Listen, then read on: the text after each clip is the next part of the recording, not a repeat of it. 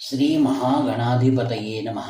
అపార కరుణాసింధుం జ్ఞానదం శాంతరూపిణం శ్రీ చంద్రశేఖర గురుం ప్రణమామి ముదాన్వహం. దేవుని స్వరము ప్రథమ భాగము ప్రవచించిన వారు శ్రీ కాంచి కామకోటి పరమాచార్యులు శ్రీ శ్రీ శ్రీ చంద్రశేఖరేంద్ర సరస్వతి మహాస్వాములు వారు. విషయము కామాక్షి. ఏ కార్యము లేక అనగా నిష్క్రియగా ఉంటూ తనను తాను అనుభూతి చెందుతూ నిలిచే బ్రహ్మాన్ని మనం శివం అంటాము.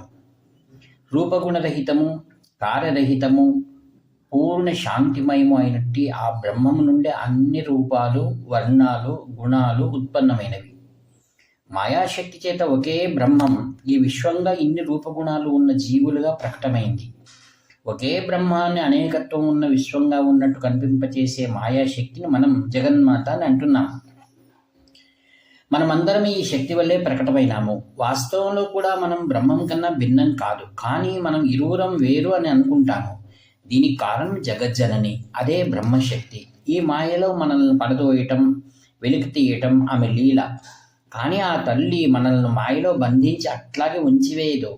హృదయాంతరాల నుంచి ఆమె నిత్యం శ్రద్ధగా ప్రార్థిస్తూ ఉంటే ఆ తల్లే ఈ మాయను అంతటిని తొలగించి మనకు బ్రహ్మ జ్ఞానాన్ని ప్రసాదిస్తుంది. జ్ఞానాన్ని పొందాలంటే దివ్యాంబికను మించి వేరే గతి లేదు. మాయాస్వరూపిణి అయిన ఆమె ఏకమైన బ్రహ్మాన్ని దాచిపెట్టి అది అనేకత్వాల విశ్వంగా కనిపించేలా చేస్తుంది. ఈ సంసారమైన నాటకంలో నుండి విడుదలై జనన మరణ చక్రాల్లో నుండి బయటపడి ముక్తిని పొందాలని, మనమే బ్రహ్మంగా అవ్వాలని అనుకుంటే అది ఈ మాయను కల్పించిన వారి అనుగ్రహం వల్లే సాధ్యమవుతుంది. మాయాశక్తి అయిన జగదంబే జ్ఞానాంబికగా మారి మనకు మోక్షాన్ని ప్రసాదించగలదు. ఏది లేనిదో అది మాయ. అసలు ఉనికే లేని వస్తువు అన్ని క్రియలను ఎట్లా చేయగలదు? అది అన్ని వేళలా ఉనికికి లేనిది కాదు, అన్ని వేళలా ఉనికి ఉన్నది కూడా కాదు. మన జ్ఞానం కలిగే వరకు మాయ నిలిచి ఉంటుంది.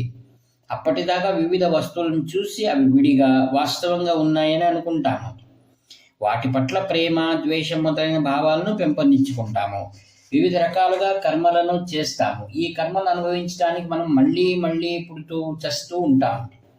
జగన్మాత ఉపాసన ద్వారా ఒక్కసారి జ్ఞానం వస్తే మనకు వివిధ రూపాలుగా కనిపిస్తుందంతా ఒకే ఒక పరమచిత్ స్వరూపిణి అయిన జగదంబికే అని మనకు అనుభవం ద్వారా తెలుస్తుంది. మనం కూడా అటువంటి వారమే. కనిపించేవి రూపాలు ఎన్ని అయినా అన్ని ఆంతరికంగా ఒకటేనని మనకు తెలుస్తుంది. ఒక్కసారి ఆంతరికంగా ఉన్నదంతా ఒకటేనని ఎరుక కలిగాక మాటి మాటికి మారిపోయేవి, నశించిపోయేవి అయిన రూపాల పట్ల మనకు రాగద్వేషాలు అనేవి కలగవు. మన మనస్సును ఆ అవినాశైన మహా చైతన్యంలోకి విలీనం చేసుకుంటాము. ఈ స్థితిలో ఈ విశ్వం ఉనికి లేకుండా మానిపోతుంది. మాయ కూడా నిలువదు. జ్ఞానస్థితిలో కనుమరుగయ్యే మాయే అప్పటి వరకు మనలను మోసపుచ్చింది అన్నమాట. బ్రహ్మశక్తి అనేది ఆ మాయ కారణమైనది అయిన జగదంబికియే జ్ఞానాన్ని ప్రసాదిస్తుంది. దీనికి కారణం ఆమె దయయే. ఆమె ఎంతో భ్రమను కలిగించినప్పటికీ మనల్ని దాని నుండి విముక్తి కలిగించే సంపూర్ణ దయ కూడా ఆమెకు ఉన్నది. ఈ భ్రమాత్మకమైన లోకంలో మనం కొని తెచ్చుకునే సమస్యలకు, బాధలకు మన మనస్సు, ఇంద్రియాలే కారణం. మన మనస్సును ఇంద్రియ సుఖాల దారిలోకి పోయేందుకు వదిలిపెట్టేసి మనకు సహజమైనది అయిన ఆత్మానందాన్ని పూర్తిగా మర్చిపోయాము. ఇంద్రియాలు, మనస్సు మనల్ని గుంజాటనలకు, పీకులాటలకు గురి చేసి తప్పుదో పట్టిస్తాయి. ఈ పని చేయిస్తున్నది మాయ. ఆమె కామాక్షిగా వచ్చి వాటిని శుభ్రపరిచి జీవాత్మను ఇంద్రియ కార్యాల నుండి విముక్తిపరుస్తుంది.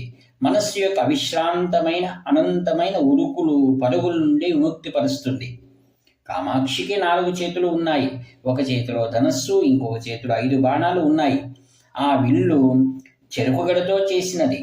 ఆ బాణాలు పూల బాణాలు. సామాన్యంగా విల్లు అంటే గట్టి ఇనుముతో చేసింది ఉంటుంది. కానీ ఇక్కడ చెరుకుగడే లోకజనని విల్లు. తీక్ష్ణమైన బాణాల బదులు ఆమె మృదువైన పూల బాణాలను కలిగి ఉన్నది. చెరుకు విల్లు మనస్సు సూత్రానికి ప్రతీక. కోమలమైన హృదయం గల జగదంబిక ఈ విల్లును చూసి మన హృదయాలను ఆకర్షిస్తుంది.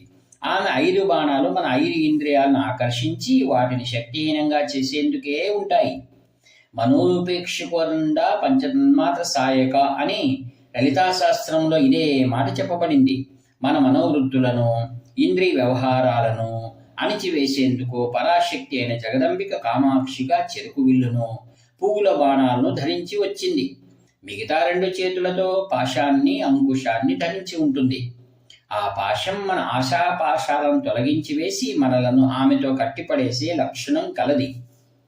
ద్వేషం కొద్దీ మనం కోపావిష్టులమైనప్పుడు ఆ అంకుశంతో మనల్ని పొడిచి ఆపడానికి ధరించింది.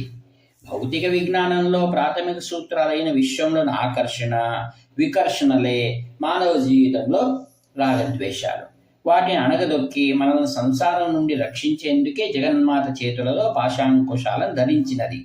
లలితా సహస్రనామంలో రాగస్వరూప పాశాఢ్య క్రోధాకారాంకుశోజ్వల అనే మంత్రంలో పాశం రాగానికి, అంకుశం క్రోధానికి సంకేతం అని చెప్పినప్పుడు అవే వీటిని నశింపచేస్తాయి అనే సంగతి గ్రహించాలి.